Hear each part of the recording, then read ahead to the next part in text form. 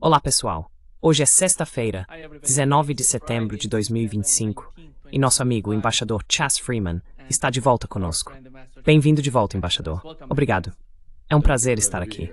Embaixador, vamos começar falando sobre as sanções de snapback ao Irã.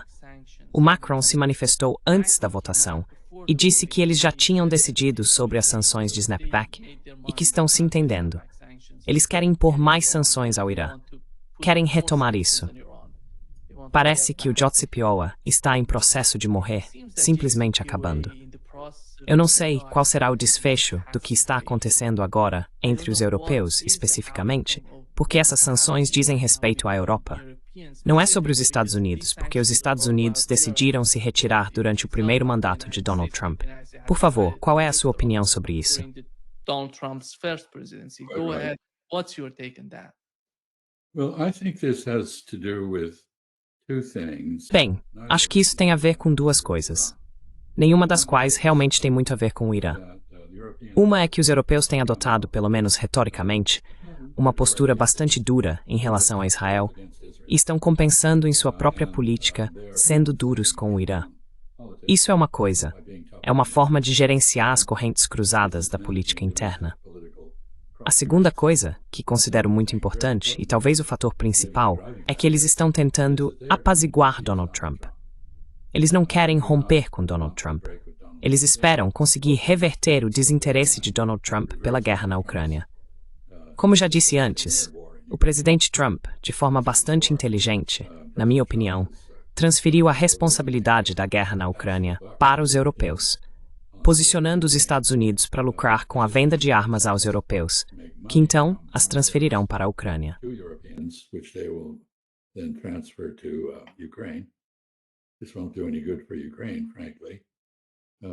Isso não vai trazer nenhum benefício para a Ucrânia, francamente. Mas o Sr. Trump gosta de engordar os cofres de seus apoiadores corporativos, e o complexo industrial militar está muito satisfeito com isso. Então acho que os europeus estão jogando para o Sr. Trump aqui. E não vejo que o Irã tenha... Bem, aparentemente o Irã fez uma oferta para reprocessar o urânio concentrado, enriquecido a 60%.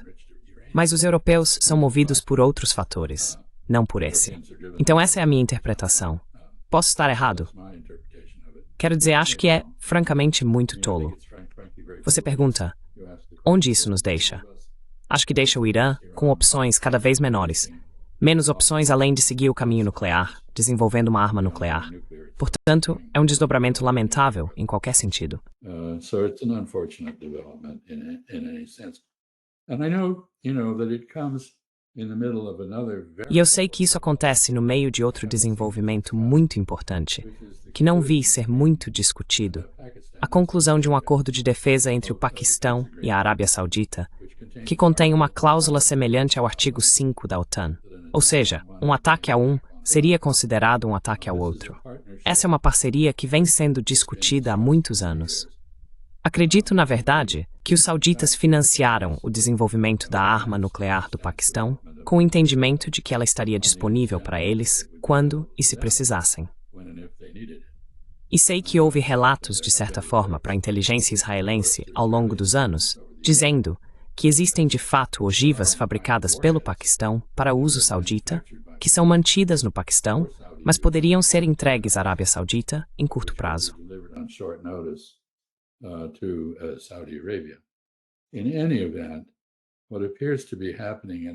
De qualquer forma, o que parece estar acontecendo, no mínimo, é algum tipo de dissuasão estendida do Paquistão, cobrindo a Arábia Saudita contra um ataque nuclear israelense. E claro, após as violações israelenses da soberania do Catar e de outros países, e suas declarações de que estão preparados para fazer isso novamente quando acharem necessário, a necessidade de dissuadir Israel agora é muito real na mente de todos os árabes. E vou concluir dizendo que, enquanto os europeus propõem aumentar a pressão sobre o Irã, outras coisas estão acontecendo na região. O Egito agora violou as restrições quanto ao número de tropas que pode manter no Sinai. Já tem 40 mil soldados lá. In Sinai, it's got 40,000 troops there. It also has air defenses that were prohibited. Também possui defesas aéreas que eram proibidas. Moveu tropas para a fronteira do corredor Filadélfia com Gaza. E acho que em Doha, o general Sisi, presidente Sisi, deu um aviso muito contundente a Israel de que, como ele colocou, não apenas novos acordos estão ameaçados, mas acordos existentes estão sendo anulados. Uma linguagem muito forte em relação a Camp David, aos acordos de Abraão e outras questões. Portanto, se este é um grande momento para pressionar o Irã, não vejo lógica nisso. Embaixador, o que está acontecendo no Irã é de certa forma interessante, como as coisas têm sido interpretadas na política interna. Basicamente, aquelas pessoas que não estavam satisfeitas com o JCPOA estão falando dessa forma.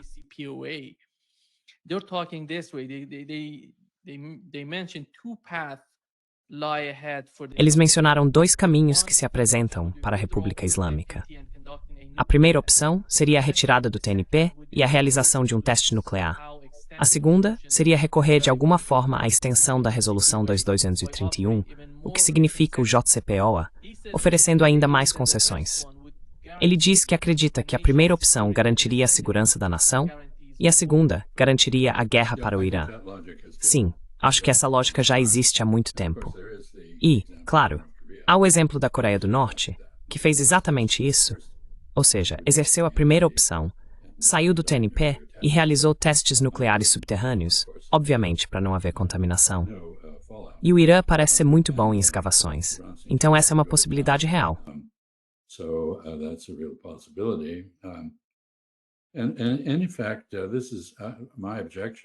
E de fato, essa é a minha objeção às políticas ocidentais, lideradas pelos Estados Unidos, em relação ao Irã desde o início. Elas basicamente deixam o Irã com muito pouca escolha, além de desenvolver um dissuasor nuclear contra ataques. E isso é ainda mais verdadeiro agora que os Estados Unidos realmente bombardearam o Irã. É uma coisa, Israel ter feito isso. Israel, é claro, possui um arsenal nuclear. E a ideia de que se pode simplesmente ignorar isso e não haver proliferação de armas nucleares na Ásia Ocidental sempre me pareceu um raciocínio falho. Então acho que estamos vendo os sauditas agora se aproximarem de ter uma arma nuclear. Eles podem muito bem permitir que o Paquistão coloque mísseis nucleares na Arábia Saudita, assim como os Estados Unidos os colocaram na Alemanha e em outros lugares da Europa durante a Guerra Fria.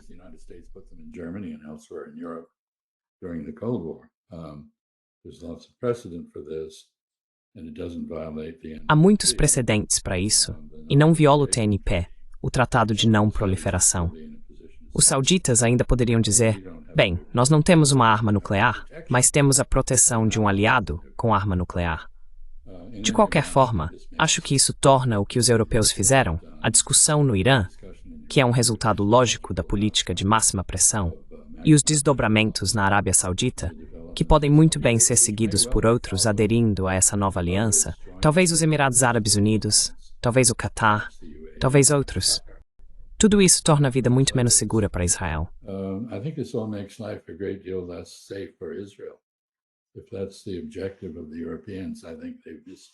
Se esse é o objetivo dos europeus, acho que eles simplesmente avaliaram mal. Deixe-me apenas dizer algumas palavras finais sobre a parceria entre Paquistão e Arábia Saudita. O Paquistão é um país pobre que possui armas nucleares e muitas armas chinesas que funcionaram muito bem em seus confrontos recentes com a Índia. A Arábia Saudita, por outro lado, é um país com pouquíssima indústria militar e muito dinheiro, muito rica. Portanto, essa é uma parceria natural.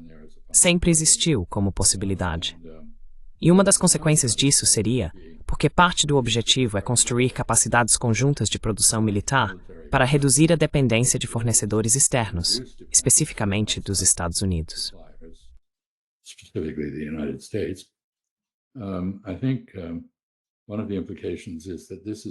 Acho que uma das implicações é que isso está construindo uma ponte para uma maior participação da tecnologia chinesa na defesa da Arábia Saudita.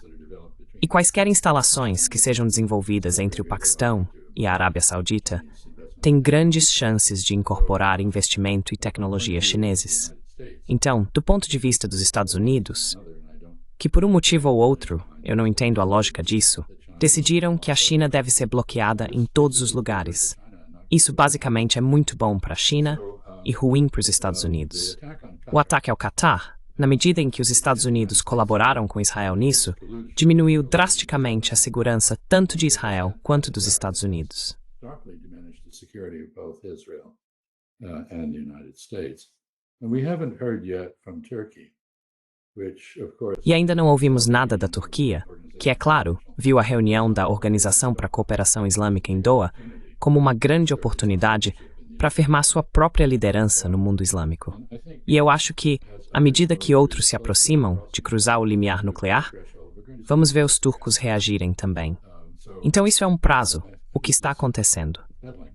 Donald Trump está falando sobre voltar ao Afeganistão, a base de retaguarda no Afeganistão, para lidar com a China, embaixador. Se eles forem para lá, não se trata apenas da China. Vai envolver o Irã, o Paquistão. E eles querem. Você acha que isso aconteceria? O que ele está tentando dizer com isso? Vamos supor que ele tenha isso em mente. Por que ele está falando sobre isso? Why is he talking about it? well, he's put forward a number of really quite wild Bem, strategic ideas. ele apresentou várias ideias estratégicas realmente bastante ousadas. Você sabe, anexar a Groenlândia de um aliado americano, a Dinamarca, retomar o canal do Panamá, apesar de tratados e outros acordos. E acho que isso segue essa linha. Ou seja, é uma ideia ousada. A lógica estratégica é óbvia. Bagram é uma localização muito central, estrategicamente, como você mencionou, com acesso a muitos lugares no sul da Ásia Central.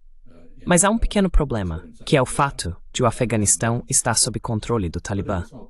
Sugiro que talvez haja, seguindo a teoria de que onde há fumaça, há fogo, algum tipo de negociação por baixo dos panos acontecendo entre os Estados Unidos e o Talibã. Do tipo, se vocês nos deixarem voltar para Bagram, faremos todo tipo de coisa maravilhosa para vocês. If you let us back into Bagram, we'll do all kinds of wonderful things for you. But the wonderful things we might do, we're now incapable of doing. Mas as coisas maravilhosas que poderíamos fazer, agora somos incapazes de realizar, desde que abolimos a Agência dos Estados Unidos para o Desenvolvimento Internacional. Bagram may be E eu não acho, por mais que Bagram possa ser importante aos olhos do presidente Trump, que o Congresso ficaria muito entusiasmado em subsidiar o Talibã por vários motivos, sendo um deles o fato de que, apesar do ataque de Donald Trump ao wokeness, o feminismo está vivo e forte nos Estados Unidos, e praticamente morto no Afeganistão. Como você vê a Rússia e a China? Por que a Rússia reconheceu o Talibã, o governo no Afeganistão? E como você vê a política da China no Afeganistão? And how do you see the policy of China in Afghanistan? Are they going to be worried about what Donald Trump has just said? Eles vão se preocupar com o que Donald Trump acabou de dizer? Claro, eles vão ficar preocupados, mas não acho que vão levar isso muito a sério como uma proposta realista. Em parte porque têm um bom relacionamento com o Talibã e são muito pragmáticos. Mas eu sei que foi a invasão soviética no Afeganistão, agora estou esquecendo a data, mas 1979, que energizou a entente entre Suez e China contra a União Soviética. Então, tanto os Estados Unidos quanto a China, tinham programas muito ativos de assistência aos precursores do Talibã, muitos grupos jihadistas no Afeganistão, os Mujahideen. Jihadi groups in Afghanistan, Mujahideen. And in fact, when I was the chief operating E de fato, quando eu era o diretor de operações da Embaixada Americana em Pequim, tínhamos $600 milhões anuais da Arábia Saudita para comprar armas chinesas para os Mujahideen. Os chineses tinham seu próprio programa de assistência, mas estavam bastante satisfeitos em se opor a essa intrusão em sua fronteira oeste. Eles têm uma fronteira com o Afeganistão. É uma fronteira muito pequena, ligada por um corredor estreito nas montanhas, que é quase intransitável. Tajiquistão e China patrulham conjuntamente essa área, que leva ao Panjshir, no Afeganistão. Eles vão reagir a isso, é claro, mas eu acho, como disse, que as chances disso realmente acontecer são bastante pequenas. said that the chances of it actually happening are rather poor. Donald Trump was asked in his Donald Trump foi questionado durante sua visita ao Reino Unido se faria algo em relação ao caso de Israel. Como discutimos anteriormente, o repórter lhe perguntou: como você se sente sobre o que está acontecendo em Gaza? Porque muitas pessoas acreditam que você é a única pessoa e seu país é o único país que poderia pôr fim ao conflito em Gaza. Ele respondeu dizendo que tudo se resume ao 7 de outubro, que as pessoas não conhecem a realidade e assim por diante. Ele usou o mesmo tipo de retórica que estamos ouvindo do governo israelense. Como você vê a relação entre Donald Trump e o governo de Israel? How do you see the relationship between Donald Trump and the Israeli government? Recently, in the aftermath of the assassination of Charlie, Recentemente, após o assassinato de Charlie Kirk, ouvimos que Donald Trump, de alguma forma, tem medo de Netanyahu. Do que se trata isso? Você acha que há alguma realidade nisso? Não, eu acho que ele é... Odeio usar essa palavra, mas ele é essencialmente um fantoche do primeiro-ministro Netanyahu e da direita israelense, os fanáticos em Israel. Do que ele tem medo? Existem duas possibilidades. Uma, é claro, perder financiamento, porque o principal financiamento, não só para sua campanha presidencial, mas também para muitos de seus projetos de construção e negócios, veio de plutocratas sionistas, que poderiam facilmente retirar seu apoio financeiro. E ele se importa muito com dinheiro, obviamente.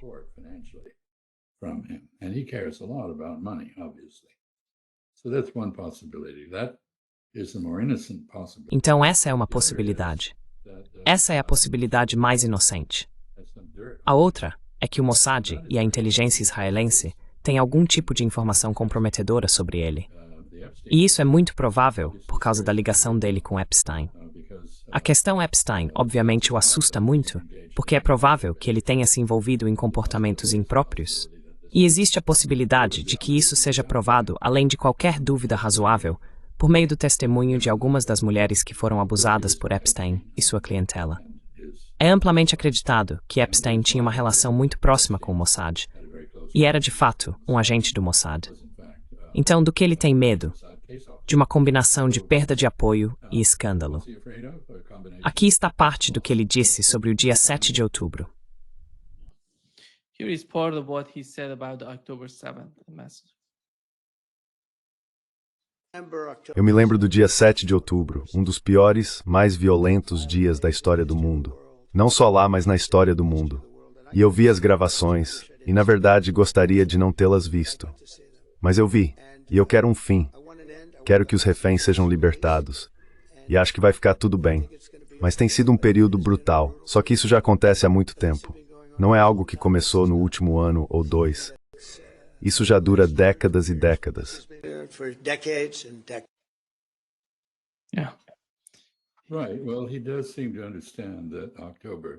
Certo. Bem, ele parece entender que o 7 de outubro faz parte de uma continuidade que remonta a 1947-48. Na verdade, isso vai ainda mais longe. O que ele não entende é que a brutalidade tem vindo principalmente de Israel, não dos palestinos. Se você deixar os palestinos em paz, eles fazem muito pouco para colocar os israelenses em perigo. Se você oprime um povo, e temos vários estudos sobre isso, vários exemplos, o que tende a criar o terrorismo é a ocupação. A ocupação de um país ou povo estrangeiro, neste caso, os palestinos, por aquilo que é essencialmente um grupo colonial europeu de colonos, foi o que iniciou tudo isso. Então, quem mostrou os vídeos para ele? E quem fez esses vídeos?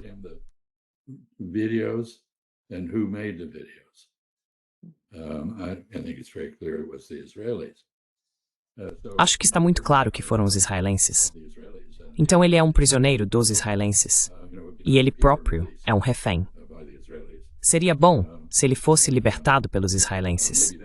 Talvez assim pudéssemos ter algum tipo de ação que realmente levasse os israelenses a parar o genocídio que estão conduzindo, a tomada de mais terras e a expulsão de pessoas da Cisjordânia. Então ele não entende essa questão, a não ser pela perspectiva israelense. E o embaixador dele em Israel, claro, é um sionista evangélico que engoliu completamente o discurso israelense. Ele não representa nenhum pensamento dos Estados Unidos. Está totalmente alinhado com a direita israelense.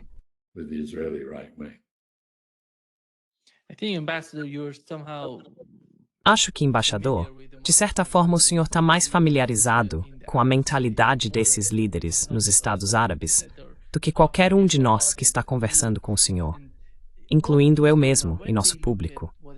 O que está acontecendo? Quando eles olham para o que aconteceu em Doha, eles realmente temem o que pode acontecer com eles no futuro. Porque ao observarmos o comportamento da Arábia Saudita, que, como o senhor mencionou, está buscando algum tipo de aliança militar com o Paquistão. Tivemos o chefe de segurança nacional indo à Arábia Saudita, conversando com o príncipe herdeiro saudita sobre a ampliação dos laços econômicos entre os dois países, o que também traria cooperação em segurança.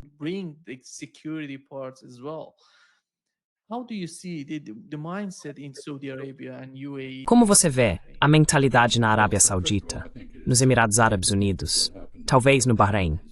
Bem, antes de tudo, acho que o que aconteceu em Doha, o ataque israelense, vai acelerar a aproximação entre os árabes do Golfo e o Irã.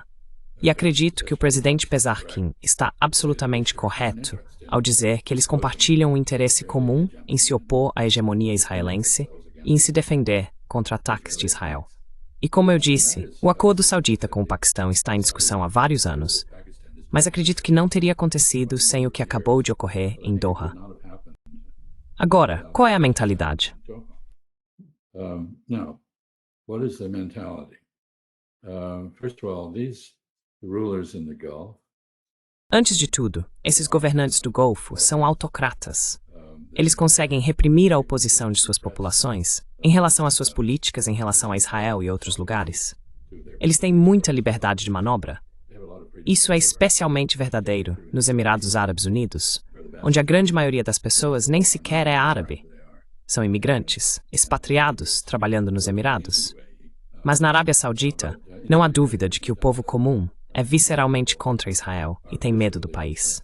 E agora os líderes árabes do Golfo têm um problema. O único país no mundo que pode projetar poder através do Golfo Pérsico para protegê-los são os Estados Unidos. The Persian Gulf to protect them is the United States. But the United States is now basically. Mas os Estados Unidos agora estão basicamente controlados por Israel. Então o que eles fazem? Eles não têm muita liberdade de manobra. Por um lado, eles têm uma população, seu próprio povo, que não apoia sua amizade com Israel, que é muito desconfiada dos Estados Unidos, dado o comportamento americano. Por outro lado, eles enfrentam perigos sérios. Agora, o que eles aprenderam com o ataque ao Catar? Em primeiro lugar, aprenderam da pior maneira que não adianta se envolver com Israel. Você pode fazer de tudo para agradar os israelenses e fazê-los se sentirem em casa, e ainda assim será atacado. A segunda coisa que aprenderam é que os Estados Unidos não os protegerão de Israel.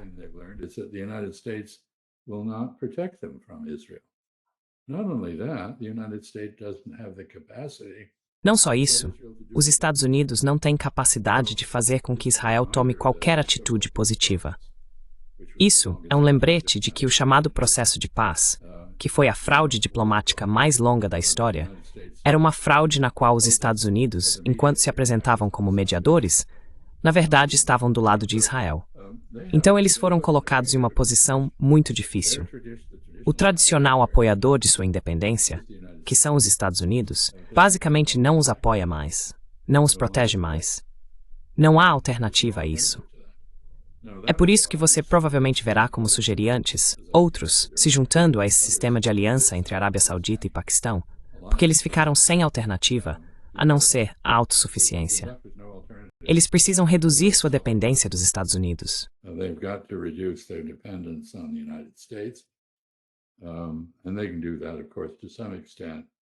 E eles podem fazer isso, é claro, até certo ponto, importando sistemas da Rússia ou da China. De fato, no Sinai, os egípcios aparentemente implantaram o sistema de defesa aérea chinês, que é equivalente ao S-400 da Rússia. Eles estão lidando com um dilema difícil.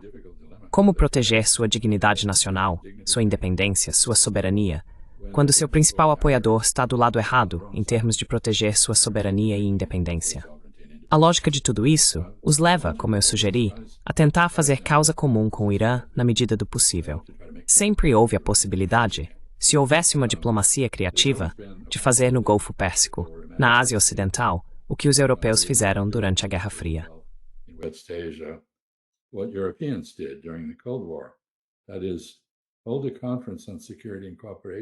Ou seja, realizar uma conferência sobre segurança e cooperação com base em princípios islâmicos que são comuns a todos os países da região, sejam eles de orientação religiosa, xiita ou sunita. Então acredito que este é um momento muito significativo, mas não podemos prever o que vai surgir dele. Mas algo certamente vai surgir, e isso definitivamente reduzirá a influência dos Estados Unidos.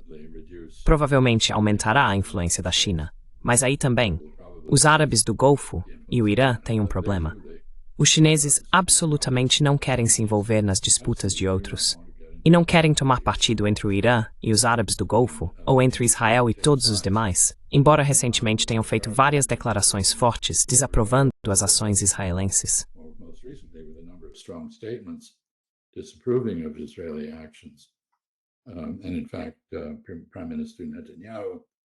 E de fato, o primeiro-ministro Netanyahu acabou de criticá-los por criticarem Israel. Mas você sabe, para a maior parte do mundo, qualquer um que não critique Israel é visto como algum tipo de tolo ou cúmplice do sionismo. Essa é a resposta típica israelense. Se alguém nos critica, é porque é antissemita. Bobagem. O melhor exemplo disso, Nima, é o nosso embaixador em Jerusalém, o Sr. Huckabee, e seus colegas sionistas evangélicos. A teoria deles é que, se o templo judaico puder ser reconstruído onde está Al-Aqsa, e se várias outras coisas, incluem o sacrifício de uma novilha vermelha, uma bezerra ou vaca fêmea, puderem ser feitas, isso trará o fim dos tempos. Todos os judeus serão exterminados ou convertidos à força ao cristianismo, e os cristãos serão elevados ao céu em glória eterna. Isso é antissemita. This is anti-Semitic. It's pro-Zionist, but it's profoundly anti-Semitic. É pró-sionista, mas é profundamente antissemita. E isso ilustra o fato de que o sionismo deixou para trás os princípios religiosos do judaísmo. Assim, o islamismo e o judaísmo têm muito em comum em termos de princípios éticos. E claro, o Alcorão Sagrado cita constantemente os filhos de Israel para fazer pontos sobre as profecias e as instruções que Deus deu às pessoas. Mas esses princípios foram deixados de lado por Israel. E agora você vê o fenômeno de judeus dizendo: "Ei, espere um momento. O sionismo não tem nada em comum com o judaísmo. Ele preservou alguns dos rituais do judaísmo, mas é basicamente o equivalente ao Daesh, ao Estado Islâmico." But it's basically the equivalent of Daesh, of the Islamic State. The relationship between that extremist form. A relação entre essa forma extremista de fé assassina e o Islã é bastante tênue. E a relação entre o judaísmo clássico e o sionismo agora também é bastante tênue. Então, basicamente, Israel está se isolando, não apenas do mundo, mas também dos judeus fora de Israel. E eu não vejo como isso pode terminar bem para Israel. Desculpe, acabei fugindo um pouco do seu tema. Sim, pontos excelentes, embaixador, que você mencionou. Porque hoje eu perguntei ao meu público: como vocês se sentem em relação a Israel hoje, comparado ao que era antes de 7 de outubro? É totalmente diferente. Você olha para Israel pelos olhos dos chineses. Então os chineses estão se manifestando e falando dessa forma.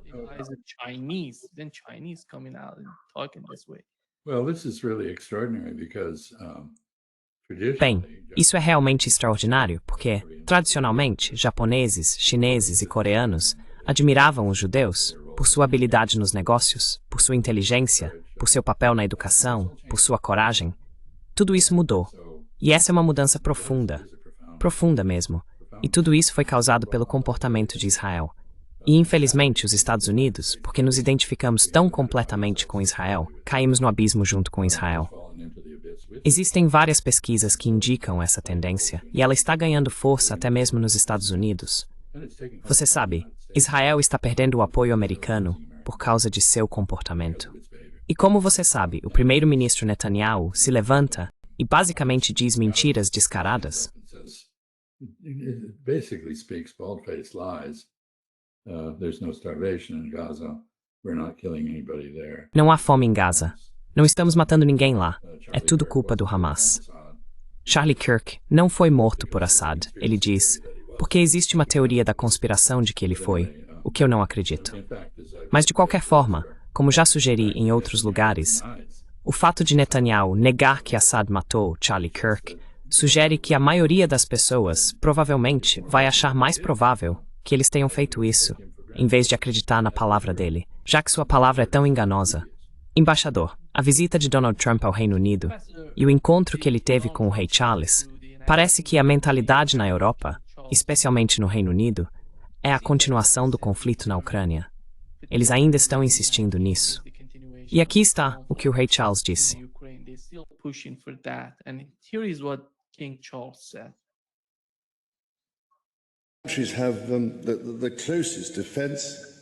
Os países mantêm a relação mais próxima, já conhecida em defesa, segurança e inteligência.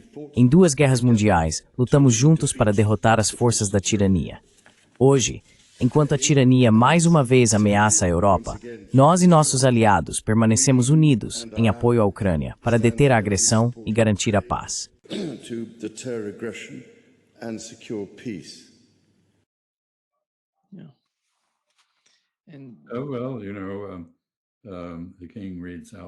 Bem, você sabe, o rei lê as declarações que o governo lhe entrega para ler. Então quem está falando ali é Keir Starmer e o Partido Trabalhista. De qualquer forma, acho que sempre foi assim. Aparentemente há muito tempo, certamente desde meados do século XIX, que a Grã-Bretanha é anti-Rússia, muito fortemente anti-Rússia. E foi por isso que começou a Guerra da Crimeia. Eles estavam tentando excluir os russos de qualquer papel no Mar Negro e tomar Sebastopol e assim por diante. Enfim, há uma longa tradição britânica de ser anti-Rússia. Isso se intensificou com a Guerra Fria, quando havia um bom motivo para ser anti-Rússia. E continua até hoje. Mas, como passei a considerar, chamo os europeus de coalizão dos iludidos, porque são completamente irreais.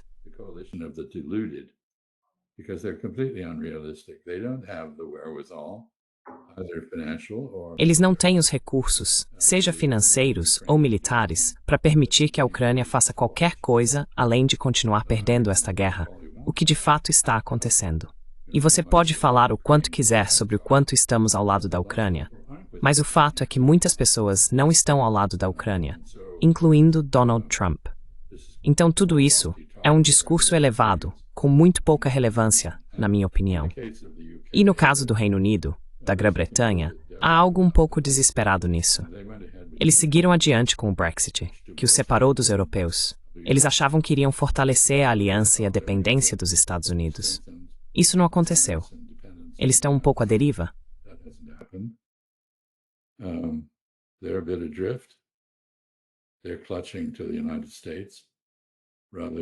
Eles estão se agarrando aos Estados Unidos em vez de afundar. Isso não é falta de inteligência, mas eles não têm muitas opções.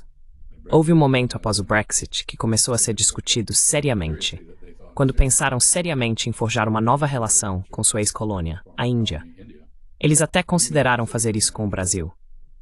Isso porque, no fim das contas, o Reino Unido, embora tenha sido enormemente poderoso, historicamente, em 2 ocasiões, está muito diminuído. Nem o tamanho da Índia ou do Brasil, muito menos da China.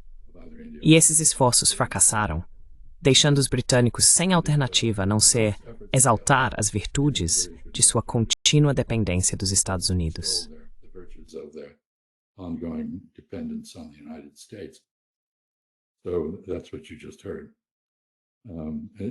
Então é isso que você acabou de ouvir. Não é um grande momento para ser britânico. Só para encerrar essa sessão, embaixador. Olhando para a Europa hoje, você sente que eles querem escalar a situação? Porque afinal você mencionou a Segunda Guerra Mundial, e naquela época o exército britânico era muito mais poderoso do que hoje. E quando eles falam em lutar contra a Rússia, basicamente estão falando dos Estados Unidos lutando contra a Rússia, algo que os americanos não estão inclinados a fazer. E isso está muito claro. Eles não estão inclinados a fazer isso. Na verdade, a oposição de Donald Trump a isso foi uma das coisas que o tornaram aceitável como presidente, em contraste com Joe Biden e depois Kamala Harris. Então essa é uma esperança vã. Você mencionou a Segunda Guerra Mundial e o papel britânico. You mentioned World War II and the British role. Let's not forget that the British and French foolishly. Não vamos esquecer que britânicos e franceses, de forma imprudente, garantiram a independência da Polônia. Foi isso que iniciou a guerra, quando alemães e soviéticos dividiram a Polônia entre si, e então os alemães invadiram. Isso desencadeou uma guerra que os britânicos não conseguiram administrar sozinhos. Churchill estava desesperado para trazer os Estados Unidos para a guerra, porque a Grã-Bretanha não poderia vencê-la sozinha. Os franceses se renderam. Os italianos estavam do lado errado. Os alemães se exauriram, felizmente, lutando contra a União Soviética. Mas foi a chegada de tropas frescas dos Estados Unidos que virou a maré no Ocidente. A União Soviética acabou derrotando os alemães no Oriente. Mas traçar essas analogias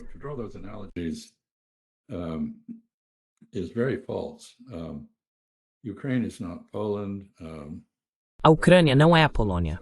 A Federação Russa não é a União Soviética. Certamente não é a Alemanha. E os europeus simplesmente não têm os meios para realizar as coisas que desejam, então esperam que os Estados Unidos façam isso por eles. Mas os Estados Unidos não vão fazer isso. Absolutamente não. Então acho que tudo isso é apenas pensamento ilusório e retórica política direcionada a alguns nos Estados Unidos que compartilham do desejo europeu de atacar, enfraquecer e isolar a Rússia. Mas já tentamos isso por 3 anos e não funcionou. E não há perspectiva de que vá funcionar. Muito obrigado, embaixador, por estar conosco hoje.